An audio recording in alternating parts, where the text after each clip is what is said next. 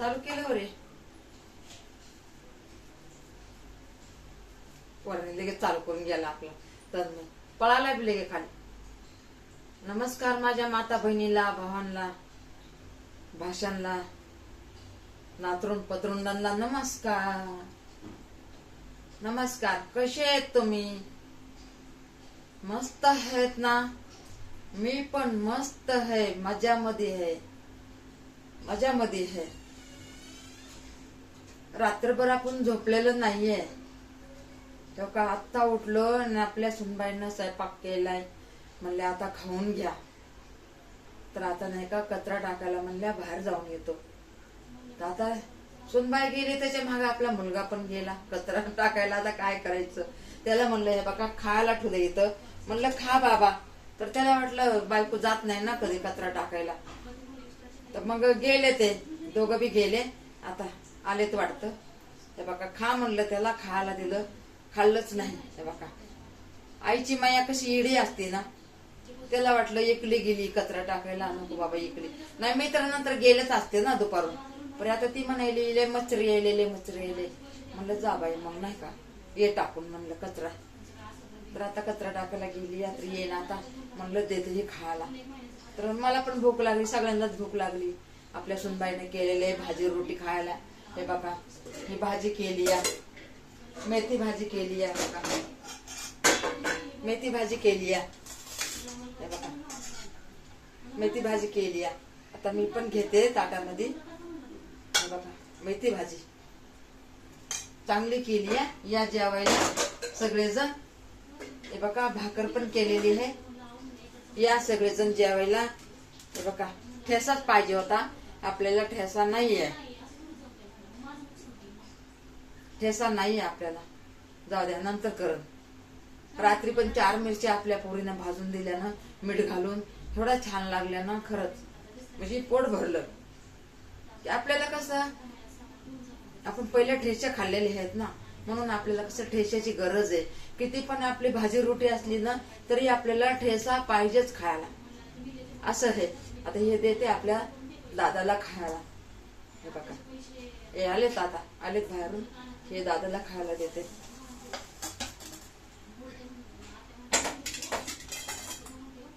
आणि हे देते आपल्या दीदीला. हे बघा हे दीदीला देते. या मग जेवायला. आता काय जास्त बोलायला पण आता मला काय जमा नाही. जरा थोडं आपल्या मागं काम झाल्यावर नंतर बोलू आपण. तरी मी म्हणलं थोडस बोलू, जेवायच्या पहिलं बोलू. आज बोललेच नाही ना, 4-5 दिवस झालं. इडव जाणार ना आपल्या बरोबर. 5-6 दिवस झालं कुठे इडव बरोबर आहे, तर कुठे 1-1 मिनिटाचा काढते. तर हे इडव म्हणलं जाऊ दे, भाजी रोटी केली आपल्याला खायचंय. म्हणलं बहिणीला बी बोलू, भावांना बोलू, आपल्या लेकींना बोलू, नाही का. चला मग या जेवायला.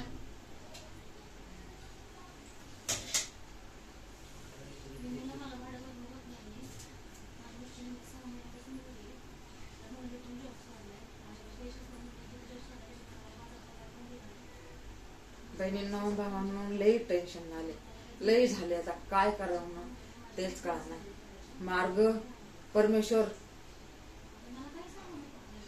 काय काढणार आहे मार्ग, काहीच कळा नाही.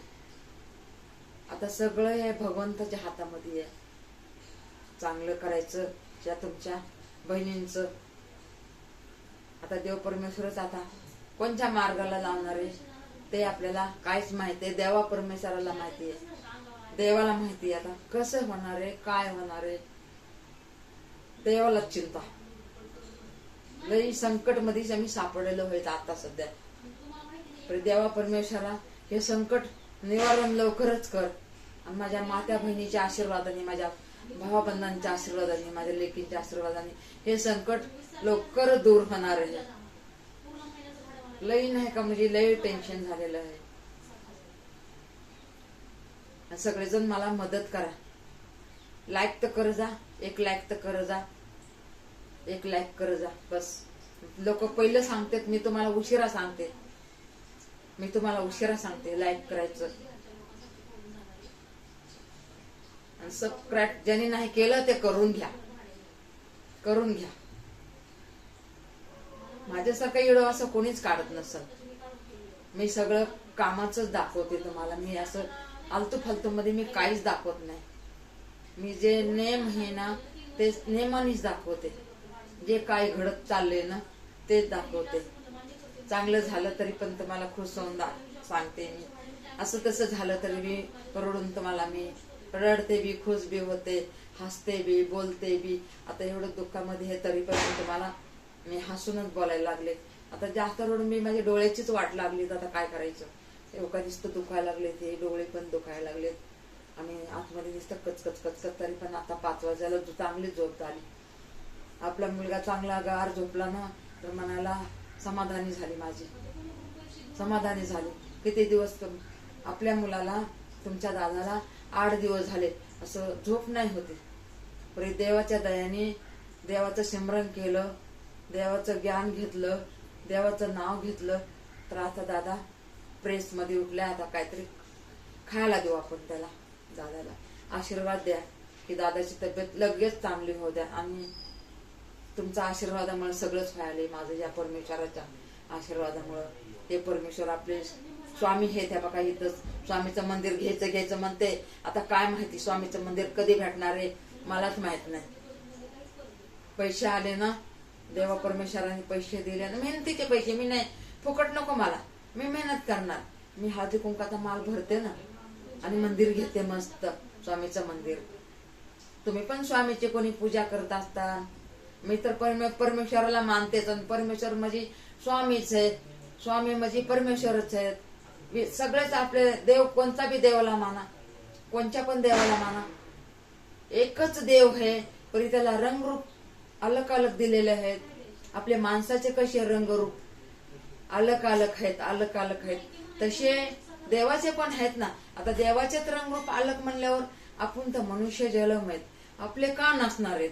आपले तर 100% असणारच आहेत, हे का नाही. चला मग तुम्ही जेवण करा, आम्ही जेवण करतो. दादाला खायला देते मी.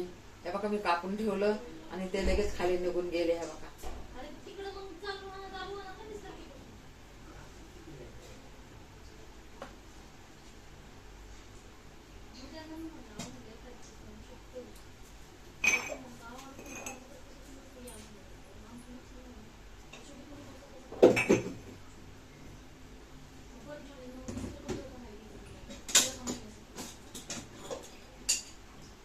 काम पण करायला लागतं ना. काम पण थोडं थोडं करावंच लागतं ना.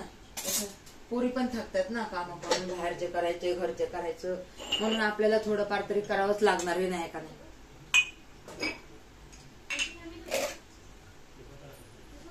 मीठ भरायचं ह्याच्यामध्ये म्हणून खाली ठेवलाय. नंतर मीठ भरून ठेवते त्याच्यात. मोठ्या डब्यात ठेवलाय ना, इष्टीच्या डब्यात ठेवले ना आपल्या सुनबाईनं, म्हणलं त्याच्यात भरून ठेवते. इथं बारीक घर ना तर आपल्याला जागाच नसती ना काही सामान मांडायला किंवा सामान ठेवायला. इकडं तिकडं सामान ठेवतात. आता काय करायचं, हे का नाही. जसा देश आहे तसा बेस घ्यावा लागतंय, हे का नाही. तसं तर बेस आपण घेतलाच नाही. आपण हिथंच लहानाचं मोठं हिथंच झालं. आपले लेकरं बाळ हिथंच पैदा झाले, हिथंच मोठे झाले, हिथंच रंगारूपाला आले, हिथंच लग्न झाले. त्यांना आता बघा 2 पोरं आहेत. एकाला आता एकाला होणार आहे. आशीर्वाद द्या, लवकर याव द्या. दुसरं मुलगा याव द्या, मुलगी याव द्या. आपल्याला काहीच नाही, आपल्याला काहीच नाही. काहीतरी याव द्या. सगळे स्वामी समजतायत. येतं इकडून परमेश्वर है, इकडून ईश्वर है, निराकार है, निराकार है. मग आपण कशाला काळजी करायची. कारण निराकार काळजी आपली. तेच पोरींना सांगते, तुम्ही टेन्शन घेऊ नका. एवढं सगळं चांगलं होईल. जर कर्ज झालं ना, कर्ज राहतं का. घराचं आणि लग्नाचं कर्ज राहत नाहीये. आता जास्त माझ्यापेक्षा अनुभव तुम्हाला हे जास्त. लग्नाचं आणि 4 भिंतीचं, 4 खांबाचं कधीच कर्ज आपल्यावर राहत नाही. म्हणून आपण कर्ज मी पण म्हणते ना, कर्ज आहे ते नाही म्हणायला पाहिजे. कर्ज पण असं निघून जातंय ना तर आपल्याला कळत पण नाही कसं कर्ज निघून गेलं, ते पण आपल्याला कळत नाही. आणि आपण नुसतं डोक्यावर घेऊन बसतो, कर्ज झालं. कशाला म्हणताय तुम्ही कर्ज झालं कर्ज झालं? हान आली तर माणूस भरतय, हान आली तर भरतय. दुसरं काय झालं तर भरता येत नाहीये. आपल्या तोंडातून नाही काढायचं काय पण. म्हणून काय बी सुख असू दुःख असू सगळ्यांनी वाटून घ्यायचं, सगळ्यांनी वाटून घ्यायचं. एकल्यावर नाही सोडून द्यायचं. कसं एकल्याला सोडलं ना तर मग ते कसं ते त्या माणसाला त्रास होतय, त्या माणसाला त्रास होते. म्हणून नाही का काय बी असलं ना सगळ्यांनी वाटून खायचं आणि वाटून द्यायचं. माझं तर हेच आहे पहिल्यापासून. मी दुसऱ्याला पण तसंच सांगते, आपल्याला पण तसंच सांगते आणि मला पण मी माझ्या मनाला पण मी बोलते थोडस, पण मी नंतर समजून जाते. हा बाबा सगळ्यांचंच आहे, एकलेच माझं एकलेच नाही, सगळ्यांचंच आहे. मी एकली काय करणार आहे? एकले हाताने होते का काय? बघा हे दोनच हात पाहिजेत, हे का नाही? आता आपण टाळी किती बी मारा वाजती का टाळी? बघा वाजती का टाळी? जेव्हा आपण हे हातावर हात मारतो तेव्हाच आपली टाळी वाजत या. मग ह्याच्यावरूनच आता कळून घ्या आपलं घराचं म्हणजे काय. आता म्हणतं माणूस राग रडतय बी पडतय बी सांगतय बी, पण त्यांच्याशिवाय मला कोण आहे आणि माझ्याशिवाय त्यांना कोण आहे? बाहेरचे लोक काय आपल्याला नुसते मजा घ्यायला असतात, बाहेरचे लोक मजा घ्यायला असतात. पण आपल्यावर काही दुःख असलं तर कुणी जवळ पण येत नाही, असं वाकून पण बघत नाही दरवाजाला. नको हे लय दुखात आहे, त्यांना काय आपल्याला मागतात का काय? म्हणून शिने आपण नाही का सुख असो दुःख असो घरच्या बरोबरच चाल करायचं, घरच्या बरोबरच. एवढं तर कळतंय अनाडे अनपण मी म्हणते पण थोडं दिमाग तर देवाने दिलंय ना मला, हे का नाही? मग जाऊ द्या अनाडी तर अनाडी, त्याला काय होतंय? आपण थोडं अनाडी म्हणलं तर काय सगळे काम राहिलेत का माझे? बघा लहानपणापासून आतापर्यंत एवढं करत आले म्हणल्याच्या नंतर मी काय अनाडी नाही म्हणायला पाहिजे, पण माझ्या तोंडात तेच येते. मी अनाडी आहे, मी अनपढ आहे, मी कशी करू म्हणते. मी तेवढ्या पुरतं म्हणते, पण मी विसरून जाते नंतर. ह्या बाता मी विसरून जाते. मी म्हणते मी काय अनाडी आहे का? मी कशाने अनाडी आहे? मी एवढं करते, एवढं मी सगळ्यांना शिकवते, सांगते, मी सगळ्यांना ज्ञान देते आणि मी कसली अनाडी आहे? अजून देवाला म्हणते देवा मी अनाडी नाहीये, मी बोलते ना मला माफ करा. देवापुढेच मी वापस 5 मिनिटांनी माफी मागते. त्याला मग जाऊ द्या आता. जेवण तुम्ही पण करा, आम्ही पण करतो. दादाला बाबा हे खायला द्यायला लागले, म्हणलं लगेच जेवण नको, म्हणलं गुळणा करून ना बाबा हे खाऊन घे आणि तब्येत चांगली करून घे. मी तर तुम्हाला 8 दिवसांनी तेच सांगते. मागं दिवे काय म्हणलं होतं, दादाची तब्येत बिघडली, तेव्हा एवढी बिघडली नव्हती आणि तेव्हा का आता बिघडली म्हणलं ना तर वापस जास्तच बिघडली. मग आता दादा आज झोप लागली, चांगलं आहे. रात्री तर तुम्हाला मी हळूहळू लय बोलले या, रात्रीच्या किती 1:30-2 वाजायला. तुम्ही म्हणता की ताई एवढ्या हळूहळू का बोलायला? झोपलेला होता ना दादा, त्याला आता किती 8 दिवस झाले झोपच नाही, त्याच्या नेत्राला झोपच नाही, म्हणून मी हळूहळू बोलत होते रात्री तुम्हाला. चला मला तुम्ही तर समजूनच घेतात, तुम्ही मला बरोबर ओळखले मला मी कशी आहे ती तुम्ही ओळखले मला माहितीये तुम्ही ओळखले ही ताई कशी आहे. आणि खरंच मी लय निर्मळ म्हणायची, स्वतःलाच शानपटी नाही करायची. आणि स्वतःच शांपरी मी बोलले तर तुम्हाला तरी कसं कळणार, नाही बोलले तर कसं कळ, बोलले तरच कळणार ना. म्हणून मी तुम्हाला बार सांगते, मला काही लिहून पाठवता येत नाही, तुम्हाला मॅचेस देता येत नाही किंवा कमेंट देता येत नाही. काय बी तुमची कमेंट आली तुम्ही लेकरांना सांगते, सुनबाईला सांगते, बाई हे काय आहे वाच. चला मग जेवण करू आपण. हे दादाला देते खायला, तुम्ही पण जेवा, मी पण जेवते.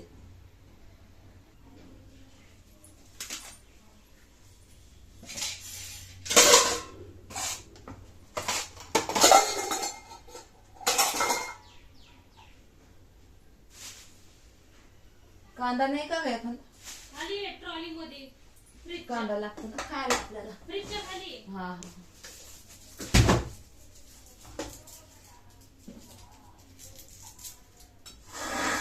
ठेसा पाहिजे होता, नाही केलेला आपण ठेसा. कांदा घेते,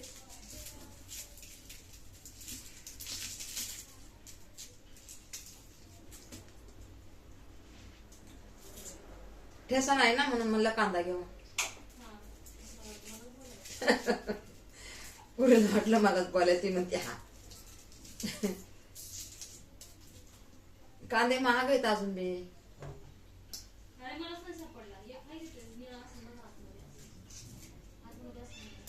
चला ठेसा नाही आपल्याला, मेथी, जवारीची भाकर, हे बाकी एक कांदा. चला आता जेवायला आपली युट्यूब फॅमिली जेवायला या. बंद करते. सगळ्याला धन्यवाद.